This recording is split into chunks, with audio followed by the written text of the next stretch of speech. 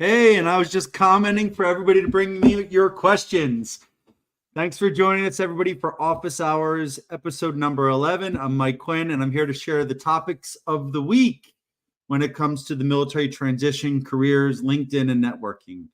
So before I get started, I want to add that I'm here for you. So if you have questions, if there's things you want to talk about or topics you'd like me to address, and we're live, go ahead and pop them in the comments. And additionally, if you are in the midst of a career search and you're like hireable now, meaning you can start within the next 2 months, drop what you're looking to do in the comments. Our recruiters will check it out and it spreads it out to a large audience. It's a great way to kind of be noticed, but add those in the comments. Engagement is key.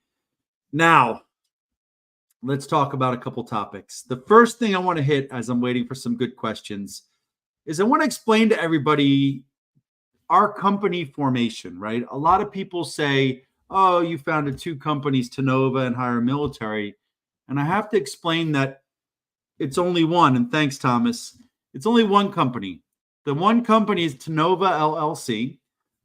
Teamwork and innovations. I smashed those words together. It's always been so important to me.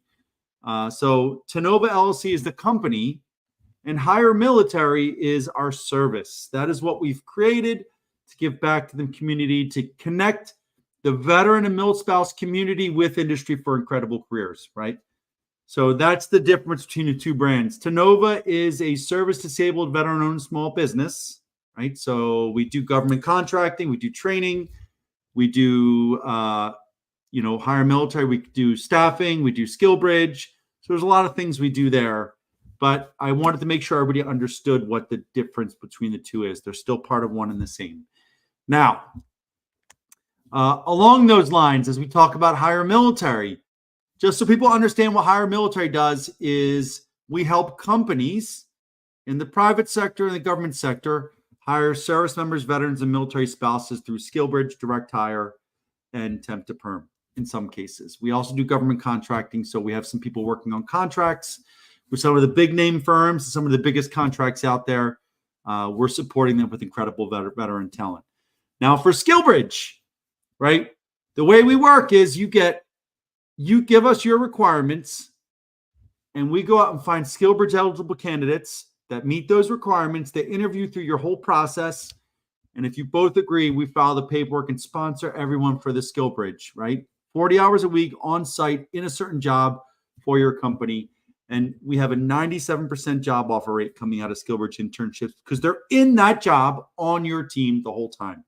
So if you're interested in talking to Hire Military about getting some SkillBridge interns or some great veterans or military spouses on your team, go ahead and drop me a comment, give me a holler, and I'll connect you to the right people.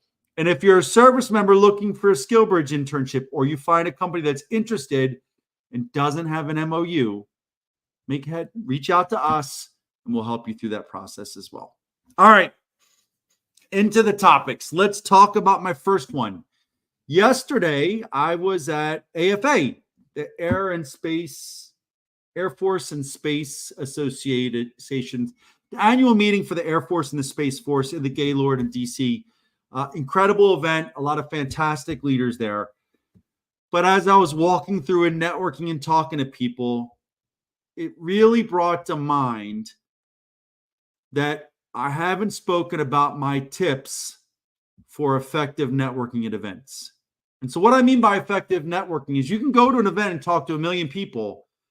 If you don't follow up, it's almost worthless, right?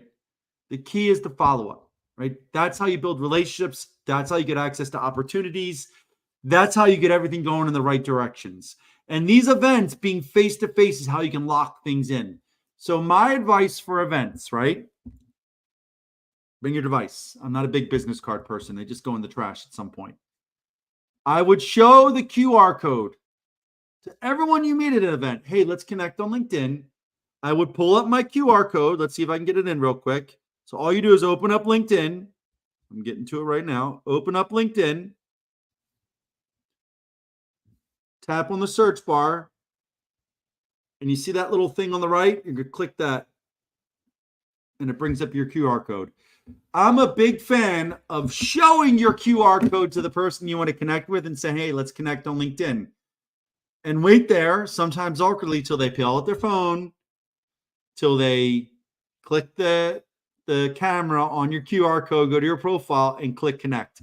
And I will even sometimes, I'll wait for it to come in. So they have to click connect. That's a little sneaky, but it works almost every time. People aren't like, oh, I'll do it later. I'm like, well, you can just kick the button now. So what I'll do is I'll connect with as many people as I talk to at the event. And then that evening, I'll go into LinkedIn. I'll go to my network and my connections. And what LinkedIn does is it organizes your connections from most recent down. And so what you can do is look through that list of those connections, and you know everyone you met at that event. And that evening, I'll send out messages to every one of them saying how great it was. You know, hey, Olivia, it was great meeting you at the AFA event at the Gaylord in DC today. You know, would love, you know, I'm so happy to connect and would love to maybe get some advice at some point in the future. Best, Mike, right? I'll send that message to every single person I connect with at that event, just going backwards. And why I do that is that it will put a placeholder. You know, there will be a message in their inbox that they will get, but that will always be there. So if you reach out again in the future, it's not a cold reach out. It shows where you met, the event, and when, right? So it makes it a lot easier to follow up and connect. And then what I'll do is typically a week later, I'll go back and see who's responded. If they respond, I'll ask for a quick call or some advice. And then at a week later, I'll go back through and see some of those messages I'll send, and I'll just send a quick follow-up and say, hey, just again, want to say thank you. So glad we connected. If you need anything, let me know. Not an ask, just like a prompt. Because a lot of those people that are working the events may have just gotten overwhelmed by the event, by the number of people connecting, by the travel, by the breakdown, and all the other stuff. So I'll just send a quick, hey, just want to say thanks again. Really appreciate the insight at the AFA event. If there's anything I can do to assist in the future, let me know. And a lot of times they'll come back after that. So that is events. If you just go to events to hand out resumes, if you just go to events to ask for jobs, you really have to go there to build relationships and create opportunity. Now, the next topic, let's talk about finding those jobs. I shared a post this week. It went, it was my second most viral post of the week. And what it was about years of experience and applying for jobs. And so what I share is that a lot of the jobs I was looking at when I was transitioning required 5 to 8 years of experience doing something, right? And so what I was doing was submitting a resume that said I had over 24 years of experience doing those things. And I couldn't be further from the truth, right? See, we count experience differently in the private sector. In the military, it is about total years of experience, time in service, right? I have 24 years of experience when I got out, 24 years, 3 months, 3 days. But 24 years of experience doing what? I had 24 years of experience in the military, not 24 years of experience doing this single job. In fact, you can't look at your career and say you have probably more than 10 years of experience doing any single job, because the Army moves you. The services move you every 2 to 3 years. You get promoted out of roles and into leadership positions and everything else like that. So the military tracks years of experience by number of years, total number of years, time in service. The private sector hires based on years of experience doing this thing. So years of experience leading capture or pursuits of business contracts. Years of experience working with ServiceNow. Years of experience leading manufacturing operations. Years of experience doing sales. Years of experience recruiting in tech, right? It's very specific to jobs, very specific to tech, or very specific to hard skills, right? You need X number of years of experience, right?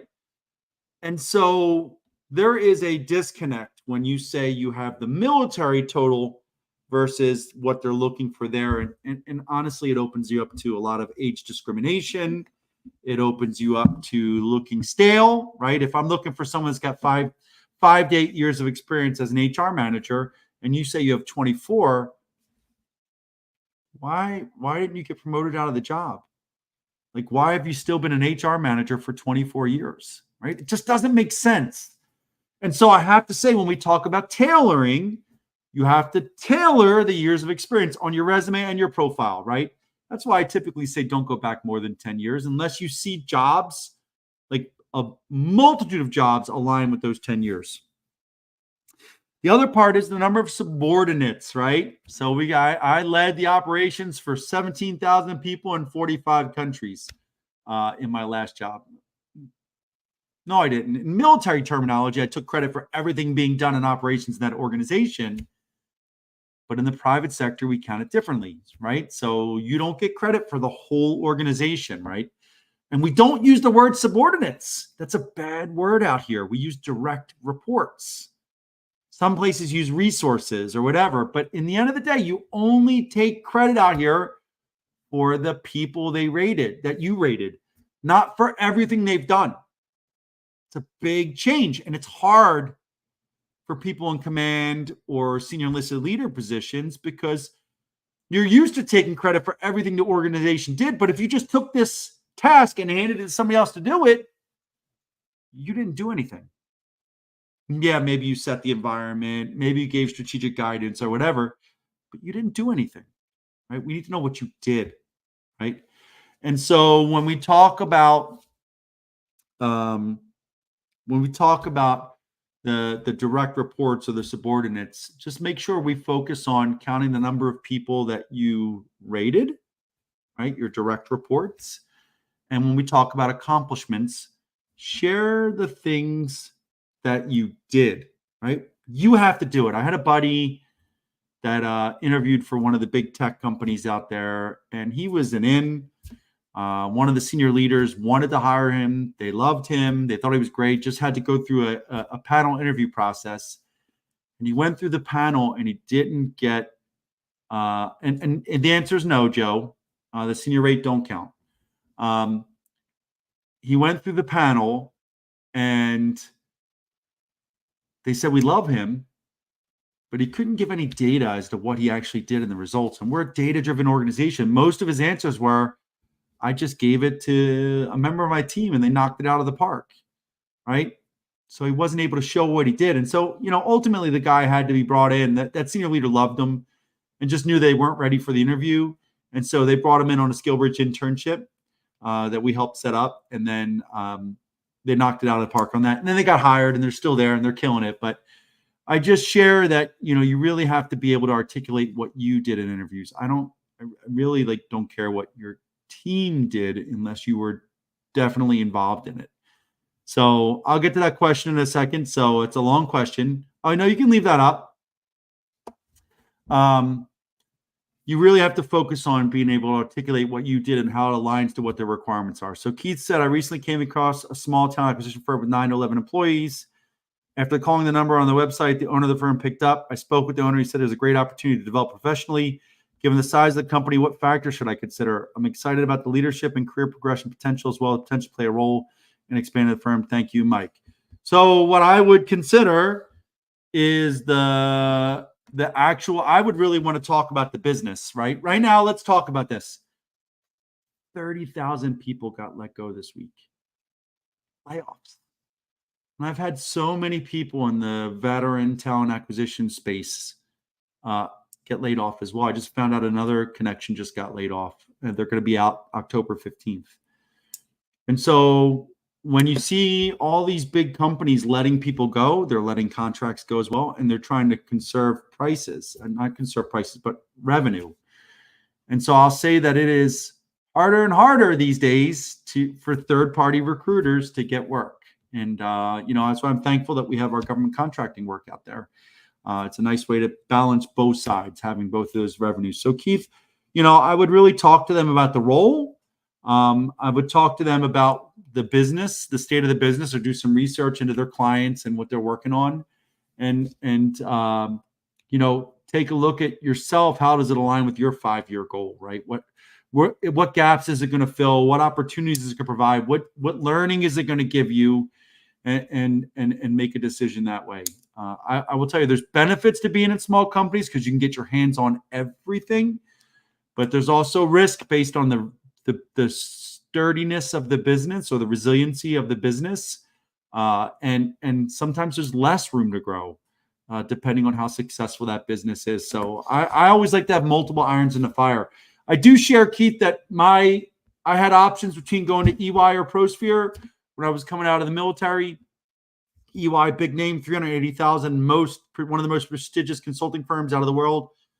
ProSphere, small federal IT company. I chose ProSphere for that first job out of the military because it gave me the opportunity to dive in to a lot of opportunities that I wouldn't have had in a larger firm. So I was able to touch everything across the firm and across the company, fill gaps by working my butt off for a year. And when I went to EY a year later, I came in at a level higher, at the senior manager level, which would have taken me 3 to 5 years if I'd started at the manager at EY. So you can bet on yourself as well. Just make an educated bet and make sure you have lots of irons in the fire. So Keith just sent a great question. What I'd like to say to all of you is, if you are tuning in, that I will select from amongst the questions for the person that gets my one free session, that a mentorship, coaching, or just networking session over the next week. I'll select one person that sends a good comment that we show to offer a free session. So let's move on to the next thing. We talked about keywords this week, right? I think I see a lot of issues with transitioning military and veteran profiles. And what I mean is, when you submit a resume, the only person that sees it is the recruiter you're submitting it to through the applicant tracking system. Yeah, it's in their talent network and other people can search for it, but it's tailored to that role. When you fill out a LinkedIn profile, 95% of the Fortune 500 are using it to source talent. And millions of people are looking for talent from this platform. They all have access, right? But you got to show up in the search results, right? So when we do a search on LinkedIn, we can search by job title, we can search by keywords, skills, experience, all this stuff. And if you meet it, you'll rank up higher and you're more likely to be seen. But what I see is a lot of people fail to take this into consideration. And hopefully you never pay someone to do this for you. So I want to teach you real quick. Let's talk about search engine optimization for your LinkedIn profile, right? Making sure that your profile shows up when recruiters do searches for specific roles, right? So where this all starts with is you've got to do your research. So you've got to figure out what job you want to do. You can't pick 5, 6, 7 jobs. It's not going to work. You got to align with a specific career path, a kind of a closely aligned job path that you want to do. And you want to go look at 5 or 10 or 15 of those jobs. And there should be that many available, so you know that you'll be competitive for these roles. When you find those jobs, you want to start pulling out the top keywords. Maybe let's say the top 10 keywords, 15 keywords, 20 keywords that you're seeing across all of these jobs, right? And then you narrow it down and you want to get a filter of the top keywords that you need to have in there. And what you're going to do is you're going to do a foundational look at your profile. So in your profile, for people that are transitioning, I'll usually say your headline is where it starts. I usually say just do your current job title, right? Until you've done a lot of work and networking to figure out what you want to do, don't translate it. But after your current job title, I want you to add the top 2 or 3 keywords. And what I mean by that is when you go to the must-haves for all these these requirements, like you absolutely have to have these requirements, the top 2 or 3 words that show up repeatedly, put those in your headline on the back end. Put a little pipe stem, put a couple of those words in there. It helps you to stand out. Then you go down to the about section. You're going to incorporate 2, 3, maybe up to 5 of those keywords in your about section when you talk about the scope of your experience. But you never just put keywords in there. You have to include an example, an accomplishment, or the impact of those keywords in the about section. Again, for me, the about section is talking about your scope of your experience. So if you're going to say over 10 years of experience in human resources, I'm going to look for you to share the types of organizations, the number of peoples, and the focus points of your HR experience. But then I'm going to want additional paragraphs that show times when you've done those keywords that show up in all these jobs that you're looking at, right? That helps to dial it in. Then we go down to the experience section, and every one of your jobs, going back the length of the experience that we're looking for in the private sector. So if a job says 5 to 8, don't go back 15, go back maybe 8, maybe 10, however far is relevant, usually not further than 10. So you're going to go back every one of those jobs. If you just put the job title in there, it doesn't give us any information. Every one of those jobs, when you click edit on that job or you add the new job, there's a description box that comes in there, right? I want you to add 2, 3, 4 lines, paragraph format, that talks about the scope of your experience in that job, the basic overview. It's all right on your eval. It's right on your eval, the duties, responsibility, whatever you call it for the other services. It talks about what that job was. Add that right there, space, and add a bullet list of your biggest accomplishments. Not what your job was, not what you were responsible for, but what you did. I typically would say add 3 to 5 bullets to the minimum. You can add more, but these should all align with the keywords. We're back to that keyword list that were in the jobs you looked at. And then the last part is I want you to go down to the skills section and make sure you have every one of those keywords in the skills section. And if you get endorsements, you'll rank higher in the results. So go ahead and endorse your friends. Nobody really sees who you endorsed, and have them endorse you back, right? That way you'll start to rank up higher. So if you do this scaled effort, what'll happen is when recruiters start adding these skills or these keywords they're searching for, you're going to have multiple instances with impact. You're going to have skills listed. It's going to align. You are going to skyrocket up the list of results when they search the more than 1 billion people on LinkedIn. So that's my advice on keywords. Now, for my viral post of the week, it's about the Open to Work tab. No surprise there. It's this really kind of hot button item for a lot of people. Everyone has their perspective on the Open to Work tab. So let me talk to you about mine. I talked to my buddy at LinkedIn, and he said they found that when someone turns on the Open to Work button, it increases the number of views 40 to 50% of that profile. And I saw this because when I had my period, when I was helping the team just to get a good feel for LinkedIn Recruiter and helping to source some roles, the first bucket I looked at, and thank you, Amber, the first bucket I always looked at was Open to Work, because you have the different tabs like active, Open to Work, follows your company, all the other stuff. You look at Open to Work because these are people who are saying, yeah, I'm looking, I'm searching, right? I'm open. And so you'll see that 40 to 50% increase, and that's a good thing. But there's a flip side of this, right? You don't just turn it on all the time. The flip side is, if I've never met you before, if I don't know you, and I get a message from you saying, hey, I'd love to connect and get some advice, and I see Open to Work on there, first thing I think is if I get on the phone with me, you're going to ask me for a job. It's human nature, right? That you're saying you're open, and when you're networking, it makes it harder for people to accept. And so, or they think that it's transactional. You're only reaching out because you want something. And so how this applies to our community, the military spouse and veteran community, is we know we're open to work way earlier than the private sector. For the private sector, the moment you're open for work, turn that sucker on. Because when you get a job, you give your 2 weeks notice and you're gone. But for the military, when you're getting out a year or 2 years in advance in many cases. And so what I'll say is, my method for this is, for our community, is that understand that if you find a job online, or if a recruiter is searching for a job, they need someone that can start now. And now is basically within the next month, 4 to 6 weeks or so. If you say I can't start for 2 months, it might be a struggle for some people, but it's borderline. Get beyond 2 months and it'll be difficult. So And that is because companies that are looking for employees or candidates need someone that can start because there's a verified need, a verified requirement. And I'm not talking about contingent roles because they're bidding on a contract. I'm not talking about commission only roles because nobody cares how many of those they get. What I'm talking about is like a salaried role that we're going to set a start date. So those are within the hiring window, which is traditionally 2 to 3 months.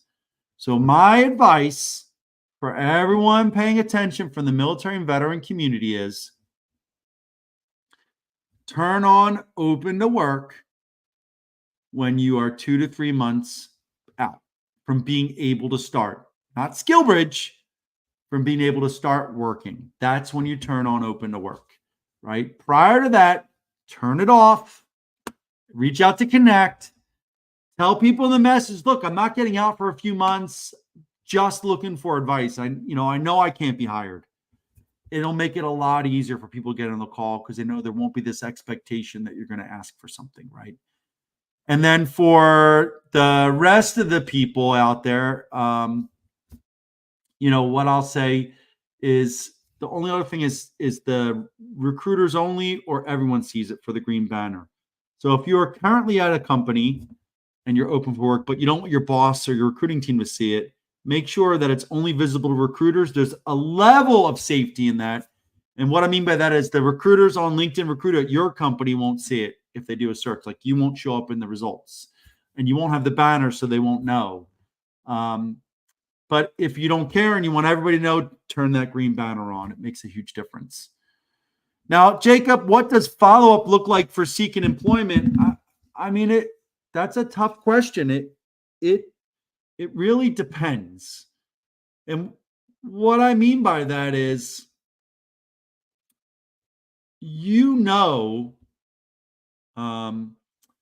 that recruiters, based on their response and outreach to you, whether they're interested or not, and we can fool ourselves or whatnot, but typically they'll give you a timeline, and if you respond on the next steps, and you can follow up once or twice, and if they don't get back to you, you're probably not a best candidate, right? You're someone in the pipeline. And so, I would follow up once or twice as is appropriate. And then if it's not beyond that, move on. I'm going to tell everyone, never get locked into one opportunity. Get an opportunity, get excited about it for a minute, write it down, set up your interviews and prep, and then set up an equal amount of time to start applying for other opportunities. Because when you have 2, 3, 4, 5 things, irons in the fire or more, you don't get focused in on one. And if one comes through, you can go back to the others and say, hey, I just got an offer. Are you interested? Am I really a best candidate? You'll know right then whether they will. So that's what it comes for follow-up. I will say, instead of what does follow-up look like for employment, what I'll say is, what does preparation look like for employment? That the most important thing you can do is prepare your network before you need it. So, I talked to one of these people that were laid off, a fantastic leader. They been there like 6 months, one of the biggest name companies, and they were going to take some time off. And I said, I wouldn't do that. I said, I would get in there right now because there's 30,000 other people looking. Many of them don't have the network you do. Get started, right? Reach out to your network. Let them know you're laid off. You weren't laid off because you're not a performer. You were laid off because a business decided to cut things, right? And so I would start engaging that network immediately. Now, this person had stayed engaged. The issue is probably like 27,000 out of the 30 got their job and were like, I'm good, and didn't engage, right? So you have a leg up for a period of time. But once everybody else starts flooding the marketplace, it gets a lot harder. So, I will tell you the best thing you can do is prepare before you need it. I always say that engaging on LinkedIn is creating social capital. It's like investing, right? You put money in a bank, and when you put money in the bank, it gets interest. And over time, that interest will grow, right? And your bank account will start to expand. If you make withdrawals, your bank account goes down. If you don't touch it, what happens? The banks will nickel and dime you down to zero and gradually take your money away. So you have to stay engaged. And that's why I tell people, every time you give, every time you post, every time you share, every time you help someone, you are investing into your social capital so that when you need it, they are going to be there for you, right? That's the key to this. And that's why I want people to start 1, 2, 3, 4, 5 years out, share what they love, engage, give to the community, highlight their service, highlight their teams, so that when they get out, they have this massive network of people that knows they're not just there because they need something. You're there because you value people and relationships. So with that, thank you all today for this session. I appreciate you joining, and we'll see you next week.